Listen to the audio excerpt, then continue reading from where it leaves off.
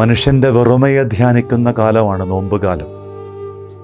എന്തുമാത്രം പരിമിതമാക്കപ്പെട്ട ജീവിതമാണെന്ന്, ഇത്രമാത്രം അപകടകരമായ ഏഴ് നിമിഷവും കൈമോശം വരാവുന്ന ജീവിതമാണ് നമ്മുടേത് എന്ന് നോമ്പുകാലം നമ്മെ ഓർമ്മപ്പെടുത്തുകയാണ്.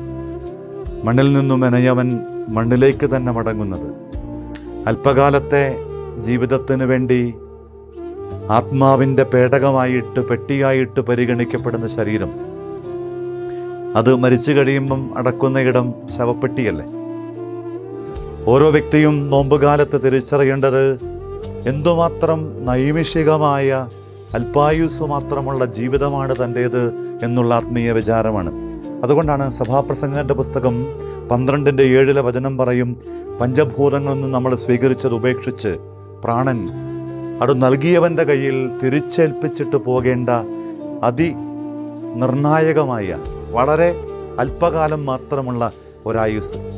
ഈ നാളുകളിൽ നോമ്പെന്ന വിചാരം നമ്മുടെ ഉള്ളിൽ ശക്തമായിട്ടുണ്ടാവണം. കാരണം ഓരോ വ്യക്തിയുടെയും ജീവിതത്തിൽ ഇങ്ങനെ ഈ വിചാരത്തോടു കൂടിയിട്ട് ജീവിക്കാൻ കഴിയുമ്പം അറിയാതെ ജീവിതത്തിൻ്റെ എല്ലാ മേഖലകളും ധ്യാനമാകും. അസിസിലെ വിശുദ്ധ ഫ്രാൻസിസ് അഹങ്കാരം തൻ്റെ ഉള്ളിൽ വല്ലാതെ ഭാരപ്പെടുമ്പം, അസ്വസ്ഥമാക്കുമ്പം ഒരു തലയോട്ടിയും കയ്യിൽ പിടിച്ച് സെമിത്തേരിയിലേക്ക് പോയിട്ട് ആവർത്തിച്ചു പറഞ്ഞിരുന്ന വളരെ ശ്രദ്ധേയമായ ഒരു കാര്യമുണ്ട്.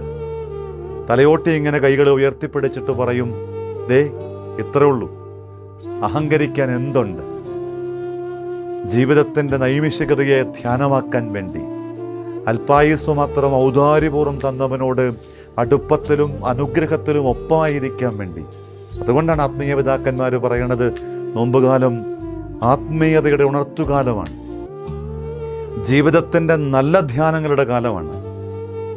എന്തുമാത്രം ക്ഷണികമാണ് ഈ ജീവിതമെന്ന് ഓർമ്മപ്പെടുത്താൻ വേണ്ടിയിട്ട് മണ്ണിൽ നിന്ന് ജനിച്ചവൻ മണ്ണിലേക്ക് മടങ്ങാനായിട്ട് 7 നിമിഷവും ചെന്തി പോലൊരു മാലാഖ വിണ്ണിൽ നിന്ന് മരണത്തിൻ സന്ദേശവുമായിട്ട് വന്നരികിൽ എന്ന് പറയുമ്പം ഒരുക്കത്തോടു കൂടിയിട്ട് കേട്ടു നടുങ്ങി മനമിളകി ഞാനൊന്ന് ഒരുങ്ങട്ടെ എന്നൊന്നും പറയാൻ ഇടയാകാത്ത വിധം കൈകൂപ്പി ആദരവോടെ ഒപ്പം പോകേണ്ട ജീവിതത്തിൻ്റെ നാളുകളെ ഒന്ന് ഓർത്തെടുക്കാൻ വേണ്ടി, ആ തിരിച്ചറിവോടു കൂടിയിട്ട് നൈമിഷികമായ നാളുകളെ ധ്യാനമാക്കാൻ, ആ ധ്യാനത്തിൻ്റെ പൂർണ്ണതയിൽ നോമ്പിൻ്റെ ഈർപ്പിലെത്താൻ നമുക്കാവട്ടെ. ഹൃദയപൂർവ്വം നമുക്കും പ്രാർത്ഥിക്കാം.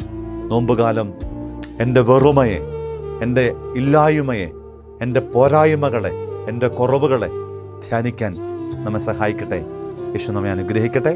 നമ്മുടെ കർത്താവ് യേശു മിശിഹായുടെ കൃപയും പിതാവായ ദൈവത്തിൻ്റെ സ്നേഹവും പരിശുദ്ധാത്മാവിൻ്റെ സഹവാസവും വെറുമയെ ധ്യാനിച്ചുകൊണ്ട് ഈ നോമ്പുകാലം ജീവിക്കാൻ കൃപയാകട്ടെ, ഇപ്പോഴും എപ്പോഴും എന്നേക്കും.